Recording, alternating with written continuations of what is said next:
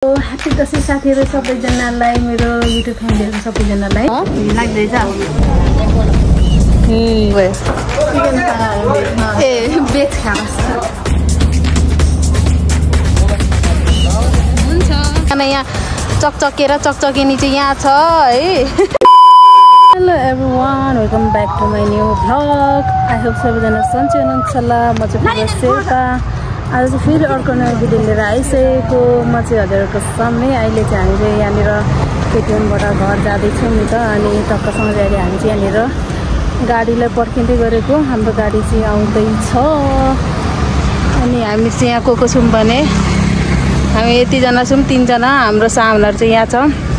ओ त्यो लगेज झोला चाहिँ यहाँ लगेज छ। यसको चाहिँ यहाँ ज्याकेट 4 भइसकेको छ। अनि हामीहरू चाहिँ यहाँनिर कति 5-6 महिनापछि हामी चाहिँ घर जाँदैछौँ केटिएमबाट। अनि लङ टाइमपछि भाइ यता अलिक गाडीले किचिन्छ त्यता नजाउँ। सो गाइस, हाम्रो चाहिँ बस आइपुग्न आँट्यो अरे। अहिले फोन गरेको, अब आइपुग्न आँटेको छ है त साथीहरू। गाडीहरू नपाएर हामीले चाहिँ बसमा टिकट काटेको, सानो गाडीहरू नपाएर एकदम गाडीहरू भिड भएर प्याक भएर। अनि बाटोहरू पनि जाम हुन्छ अरे, एकदम भिड छ अरे, के अरे अप्ठ्यारो बाटो भएर। सो गाइस, अब हामी चाहिँ यहाँबाट हिँड्छौँ। सो गाइस, हामी चाहिँ यहाँनिर गाडी आएकै छैन, त्यही भएर हामी चाहिँ पर्खिँदैछौँ। एमीमा चाहिँ यहाँ छ अनि 2 जना यहाँ चकचके र चकचकिनी चाहिँ यहाँ छ है। अर्को चाहिँ यहाँ छ। अनि म चाहिँ यहाँ छु साथीहरू। हाम्रो चाहिँ यहाँ बस आएकै छैन, अहिलेसम्म पर्खिँदैछौँ साथीहरू। हामी चाहिँ अहिले यहाँ रातिको 2 बजिसकेको छ। अघि नै 1:30 मै आएको हामी चाहिँ। आधी घन्टा भइसक्यो यहाँ आएको, अझै आउँदैन।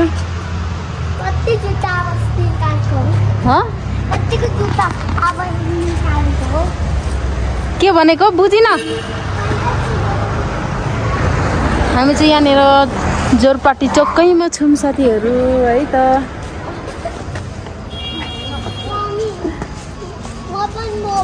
पानी पनि पर्न थालिसक्यो।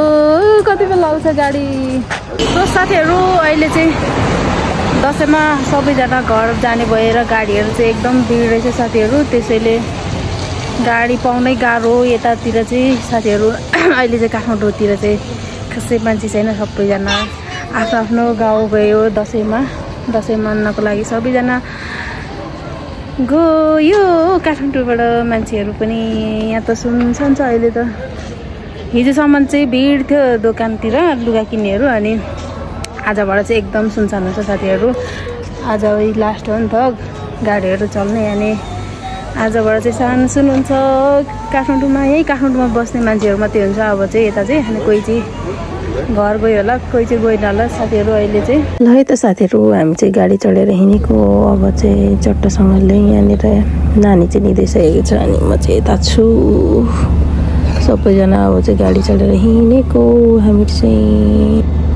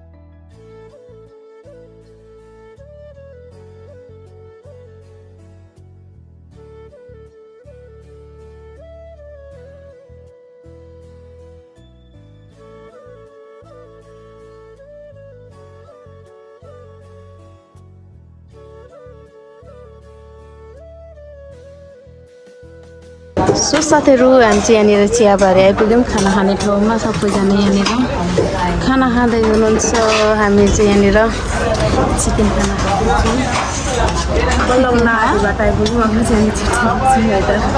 के भयो चिकन खाना ए बेच खाना सो साथीहरू चाहिँ यहाँनिर चिकन फ्यामिली चाहिँ उल्टी आउँछ नि त लु खाऊ खाऊ बक बक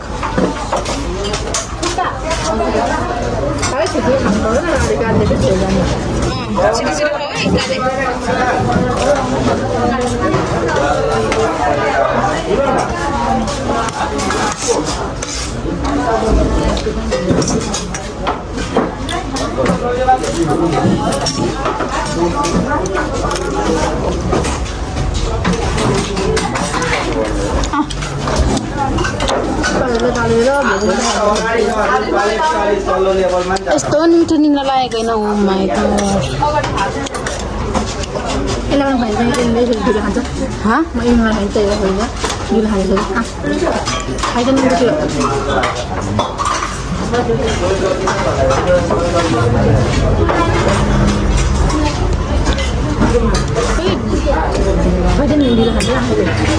So guys, हामीले चाहिँ खाना पनि खाइसक्यौँ अनि यहाँनिर चियाबारीमा अनि अब फेरि जानुपर्ने हुन्छ गाडी चढेर अब चाहिँ छिट्टै पुग्छौँ हामी चाहिँ यहाँनिर लगभग आधी घन्टा धेरै बाटो हामी चाहिँ कटेर आइसक्यौँ साथीहरू यो चाहिँ रहेको छ चियाबारी यहाँनिर चाहिँ खाना खाने ठाउँ रहेको छ यो चाहिँ हाम्रो बस रहेको छ अब चाहिँ यहाँबाट जान्छौँ साथीहरू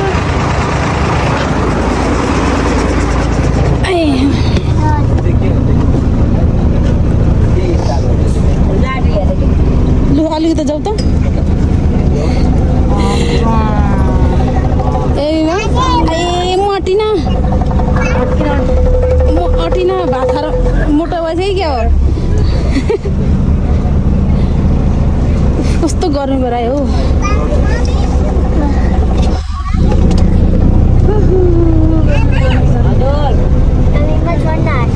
अब चाहिँ छिट्टै पुग्ने रहेछौँ हामीले 3 बजी पुग्छौँ 3-4 बजी हेर काले ए 6 घन्टा भयो गाडी मिल्छ 6 घन्टा भयो काले गीत गाइदेऊ त गाऊ न गाऊ गाऊ न गाऊ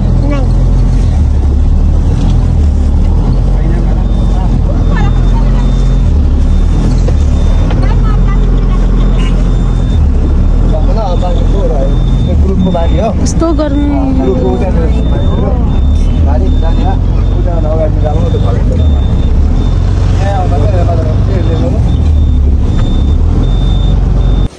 दिपा अब यसो हेर कस्तो देखिरहेको कस्तो देख्नु भएन काले ओ काले अब त कान्छी चोक पुग्न आँट्यो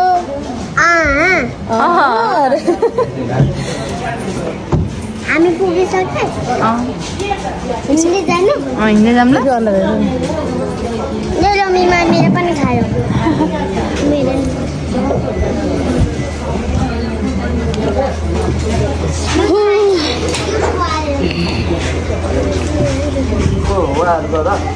अब जाउँ म त गाडीमा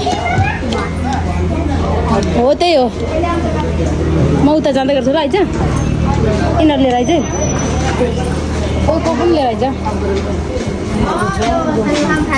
यहीँ लिएर आइज म खान्छ उता ले सो गाइस हामी चाहिँ यहाँनिर हात्तीसाड कि हात्तीसोड कहाँ भन्ने ठाउँमा आइपुग्यौँ अब चाहिँ यहाँबाट हामीहरू 2 घन्टा लगभगमा पुग्छौँ यता चाहिँ आमा एकदम गर्मी रहेछ बढी लास्टै क्या काठमाडौँमा भन्दा काठमाडौँमा त जाडो महिना लागिसक्यो यहाँ चाहिँ हो माइ गॉड पुरै तातो घाम कि आमा टल यस्तो गर्मी रहेछ सासै रोकेला भइरहेछ अब चाहिँ हामीहरू लगभग पुग्न आँट्यौँ अनि हामी चाहिँ यहाँनिर रहेको छौँ साथीहरू हाम्रो बस चाहिँ यता रहेको छ अनि म चाहिँ यहाँ छु सो सो साथीहरू सबैजना यहाँ आएर चाहिँ खाजाहरू खाँदैछ सबैजना। अनि हामीले चाहिँ चिसो मात्रै खायौँ किनकि धेरै गर्मी थियो नि त। खाना त अघि गाडीमा पनि काचाकुचुक खाँदै आएकोले गर्दा भोकै लागेको छैन। अनि त्यही भएर हामीले चाहिँ चिसो मात्रै खायौँ साथीहरू। अब चाहिँ दुईजना नानीहरू चाहिँ यहाँ आधी बाटोबाट उत्रेर घर जान्छ अनि हामी दुईजना मात्रै घर जान्छौँ। म त बेलबारी चाहिँ साथीहरू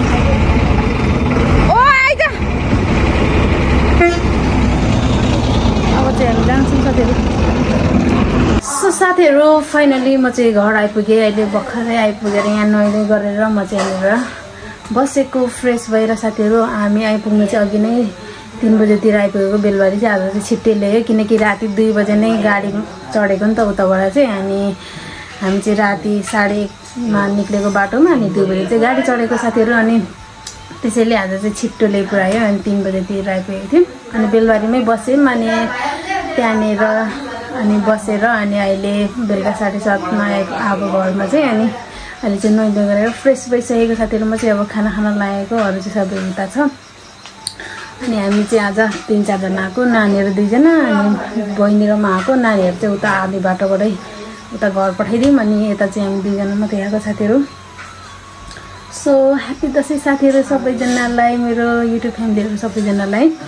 अहिले चाहिँ सबैजना दसैँ मान्नको लागि आफ्नो आफ्नो घर जानुभएको होला। सबैजना एकदम रेडी गर्दै हुनुहुन्छ होला, इन्जोय भइरहेको होला। सबैजनाले घरहरू सजाएर सफा गरेर हाम्रो चाहिँ गरेको रहेछ नभ्याएर अब भोलितिर गर्नु पर्यो म चाहिँ। सो हजुरहरूलाई आजको भिडियो के कस्तो लाग्यो कमेन्ट गरेर भनिदिनु होला। मन पराउनु सेयर गर्न नभुल्नु होला। अनि नयाँ साथीहरू हुनुहुन्छ भने चाहिँ मेरो च्यानललाई सब्सक्राइब गरेर साथ दिनु होला साथीहरू। मैले चाहिँ खासै धेरै चाहिँ बनाएको छैन, अलिअलि थोरै क्लिप मात्रै बनाएको छु किनकि गाडीले मातेर एकदम गाह्रो भइरहेको थियो नि त साथीहरू। सो जे जस्तो भयो नि हजुरहरूलाई के कस्तो लाग्छ त्यसरी नै सपोर्ट गरिदिनु होला साथीहरू। अनि आज चाहिँ यति नै रहेको छ आजको भिडियो चाहिँ। फेरि पनि अर्को नेक्स्ट भिडियोमा भेट्नेछु हजुरहरूसँग। त्यति बेरको लागि चाहिँ बिदा हुनेछ साथीहरू। वन्स अगेन ह्याप्पी दसैँ साथीहरू, गुड नाइट।